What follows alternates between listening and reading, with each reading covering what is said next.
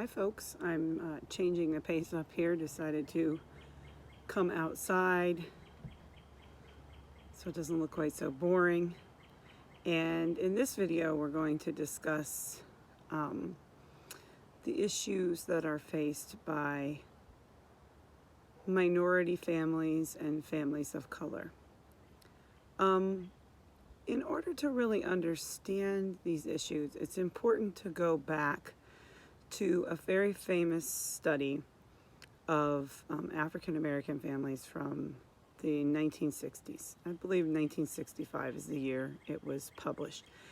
It was published by Daniel Patrick Moynihan, who was a social scientist and also later became a United States senator. He wrote this study of African American families. It's called the Moynihan Report. And in the study, he argued that African American families were a tangle of pathology. That was his wording. And probably needless to say, at this point in time, that was very offensive to many people in the African American community. And it continued what had been part of sort of a long pattern of viewing African Americans through the lens of deviance or troubles or problems. And so in response to that, there was a flurry of research conducted on African American families. And I would argue that the peak of that research was in the 70s and in the 80s, and it started to slow down in the mid-90s. Many of those people doing that research were African Americans who were getting their PhDs, and this research influenced other scholars as well from other racial and ethnic minority groups. One of the most famous studies that comes out of that, it's not even really a study, it's a theoretical article written by a well-known African American family sociologist called Walter Allen. And Walter Allen talked about how social science had contributed to stereotypes of black families and our images of black families. And he argued that researchers had taken three different viewpoints in studying African American families. The first one is the cultural deviant perspective. The cultural deviant perspective argues that African American families are pathological because they're not meeting the standards or behaviors of middle-class white families. In the cultural deviant view, middle-class white families are held as the standard, and families of color, whether they're African Americans or Asian Americans or Latinos or Native Americans, are considered deviant or bad or not meeting expectations when they don't follow those standards of white middle-class families, whether it's their pattern of marriage, their pattern of divorce, their child-rearing practices. And so the Moynihan Report fell in this long tradition of cultural deviant views of black families. He called black families matriarchal. He said that was part of the problem and this tangle of pathology because there was a higher rate at that time of unmarried childbirths and divorce and things like that. And so his view was that if the standards and the expectations or the experiences were not the same as whites, then therefore there was a problem. The cultural equivalent way of looking at families of color argues that really we're not that different, that most people, regardless of their race or ethnicity, are similar. And that to the extent that there are differences that appear across different racial groups, those differences are primarily the product of other things like class differences or immigration status. So for a cultural equivalent perspective, they're going to tend to downplay differences, and they're not going to make many distinctions between families of color and Euro-American families. There aren't a lot written in that viewpoint, but many studies that sort of overlook race kind of have a cultural equivalent mentality in them. The last one is the cultural variant perspective. And the cultural variant perspective is a direct response to the cultural deviant perspective. And in particular, these early theorists using the cultural variant perspective were directly responding to Moynihan. In the cultural variant perspective, there's nothing wrong with acknowledging differences. They would say, yes, families of color are different from white families, and that those differences are not a bad thing, that we should not hold middle-class white families to the standard or as a standard for everyone else, that we should not view their norms as superior or their norms as better than other groups. And in doing this, many of these theorists promoting the cultural variant perspective also went on to argue that things that might seem pathological can in fact have positive outcomes. So I'll give you one example of that. In African American families, it's much more common for grandparents to be doing a lot of child care, or in some cases being the primary guardians of their grandchildren. While that has not been the typical case with the Euro-American nuclear family, that has been a very adaptive trait for many African American families.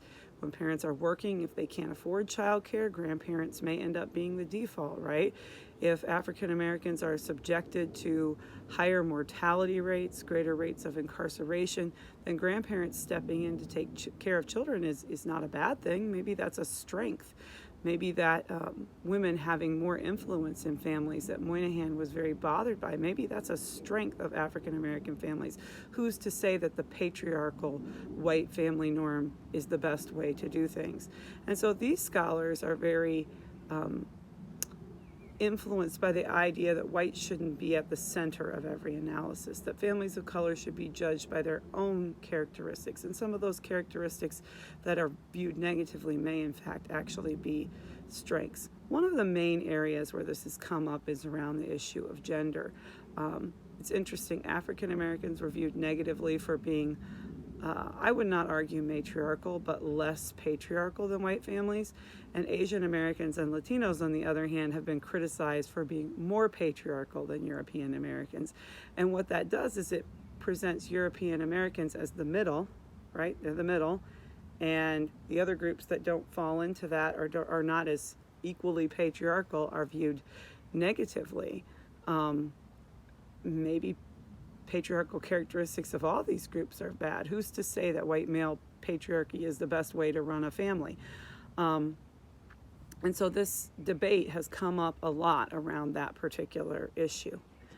I also want to talk about some other important ways that families of color are often different from European American families. One would be around this issue of familialism and cultural adaptation, particularly for immigrant families. Many immigrant families come from cultures with a sense of familialism. And familialism, families are expected to be very close, very tight-knit. The extended family is much more common than the nuclear family, and that might include grandparents and cousins, for example, living in the same household. But the challenge is when you come to this culture, those norms and values of familialism are not as widely accepted or practiced. So many immigrant families end up having to go through a process of cultural adaptation where they may keep some of the traditions of their families. Maybe they still have their parents living at their house, and the grandparents are still taking care of the kids, but they may, some of the grandparents might have a job, for example, and they're contributing and not only taking care of kids. Or maybe the grandparents are only there for a short period of time. What's going on is they're balancing and they're adapting to the norms of the dominant culture. That can cause some tension. And a lot of children who are born here to immigrant parents may kind of butt heads with their parents about these things because they have different views. Also, it can lead to something that I would argue is a good thing, and that is a bicultural or a multicultural identity. For many immigrants and their children, especially those children who are the second generation who are born here, or the 1.5 generation who come here at a very young age, they have good knowledge of both cultures, and maybe they're bilingual, and maybe they understand some of the family norms of the dominant culture and the family norms of the culture that their parents come from.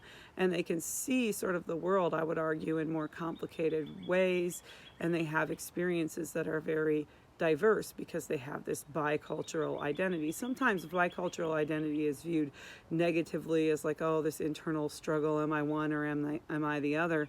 I would actually argue it's not a negative thing at all. It's a positive thing, and you could say, I'm not one or the other, I'm both. I belong to both of these cultures, and I know both of these cultures very well. Another thing that families struggle with, particularly immigrant families, is living across nations. So we have a lot more with modern communication technologies and transportation technologies.